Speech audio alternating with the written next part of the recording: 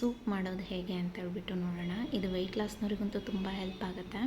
ತುಂಬ ಕಡಿಮೆ ಇಂಗ್ರೀಡಿಯೆಂಟ್ಸ್, ತುಂಬ ಬೇಗ ಪ್ರಿಪೇರ್ ಮಾಡ್ಕೊಳ್ಬೋದು.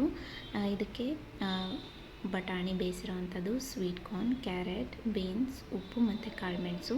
ಮೇನ್ ಇಂಗ್ರೀಡಿಯೆಂಟ್ಸ್ ಬಂದು ಬೀಟಾ ಹಾರ್ಟ್ ಹಾಗೆ ಆ್ಯಕ್ಟಿವ್ ಫೈಬರ್ ಕಾಂಪ್ಲೆಕ್ಸ್ನ ನಾನು ಈ ಸೂಪ್ ಮಾಡೋದಕ್ಕೆ ಯೂಸ್ ಮಾಡ್ತಾಯಿದ್ದೀನಿ. ತುಂಬ ಈಸಿ. ಹೇಗೆ ಪ್ರಿಪೇರ್ ಮಾಡೋದಂತ ನೋಡೋಣ. ಒಂದು ಬಾಣಲೆಗೆ ಸ್ವಲ್ಪ ತುಪ್ಪ ಹಾಕಿಬಿಟ್ಟು ಅದಕ್ಕೆ ಕಟ್ ಮಾಡಿರೋ ಅಂಥ ಬೀನ್ಸು ಮತ್ತು ಕ್ಯಾರೆಟನ್ನು ಕೂಡ ಹಾಕಿ ಫ್ರೈ ಮಾಡ್ಕೊಳ್ತಾ ಇದ್ದೀನಿ. ಸ್ವಲ್ಪ ತುಪ್ಪ ಹಾಕ್ಕೊಂಡಿರೋ ಅಂಥದ್ದು. ಇದನ್ನು 2-3 ನಿಮಿಷ ಚೆನ್ನಾಗಿ ಫ್ರೈ ಮಾಡ್ಕೋಬೇಕು ತುಪ್ಪದಲ್ಲಿ. ಇದ್ರ ಜೊತೆಗೆ ಬೇಯಿಸಿರೋ ಅಂಥ ಬಟಾಣಿನ ಕೂಡ ಆ್ಯಡ್ ಮಾಡ್ತಾಯಿದ್ದೀನಿ.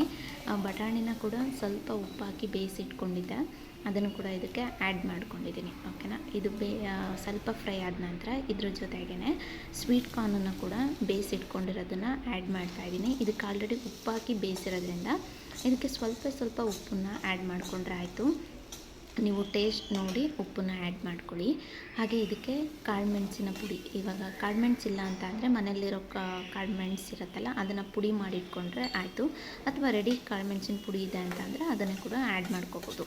ಸ್ವಲ್ಪ ಆ್ಯಡ್ ಮಾಡ್ಕೊಳ್ತಾ ಇದ್ದೀನಿ ಕಾಳುಮೆಣಸಿನ ಪುಡಿನ.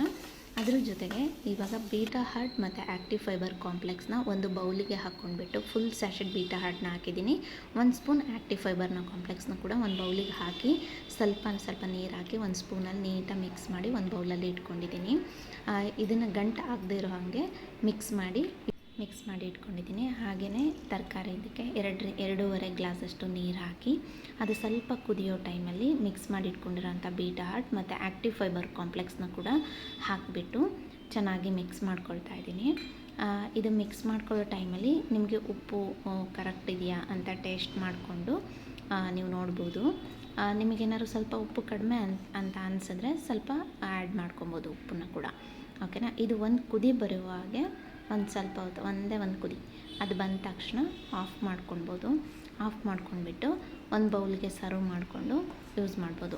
ವೆಯ್ಟ್ ಲಾಸ್ನವರು ಮಧ್ಯಾಹ್ನ ಊಟಕ್ಕಿಂತ ಮುಂಚೆ ಈ ಆ್ಯಕ್ಟಿವ್ ಫೈಬರ್ ಕಾಂಪ್ಲೆಕ್ಸ್ ಮತ್ತು ಬೀಟಾ ಹಾರ್ಟ್ ಈ ಸೂಪ್ ಮಾಡ್ಕೊಂಡು ಕುಡಿದು ಅದಾದ ನಂತರ ಊಟ ಮಾಡಿದ್ರು ವೆಯ್ಟ್ ಲಾಸ್ ತುಂಬ ಚೆನ್ನಾಗಾಗತ್ತೆ. ಅಥವಾ ಸಂಜೆ ಸಮಯದಲ್ಲಿ ಕೂಡ ಈ ಸೂಪ್ನ ಕೂಡ ಮಾಡಿಕೊಂಡು ಕುಡಿಬೋದು. ಓಕೆನಾ. ತುಂಬ ಟೇಸ್ಟಿಯಾಗಿರುತ್ತೆ. ಎಲ್ಲರಿಗೂ ಈ ವಿಡಿಯೋ ಇಷ್ಟ ಆಯಿತು ಅಂದ್ಕೊಳ್ತೀನಿ. ಲೈಕ್ ಮಾಡಿ, ಶೇರ್ ಮಾಡಿ, ಕಮೆಂಟ್ ಮಾಡಿ. Thank you.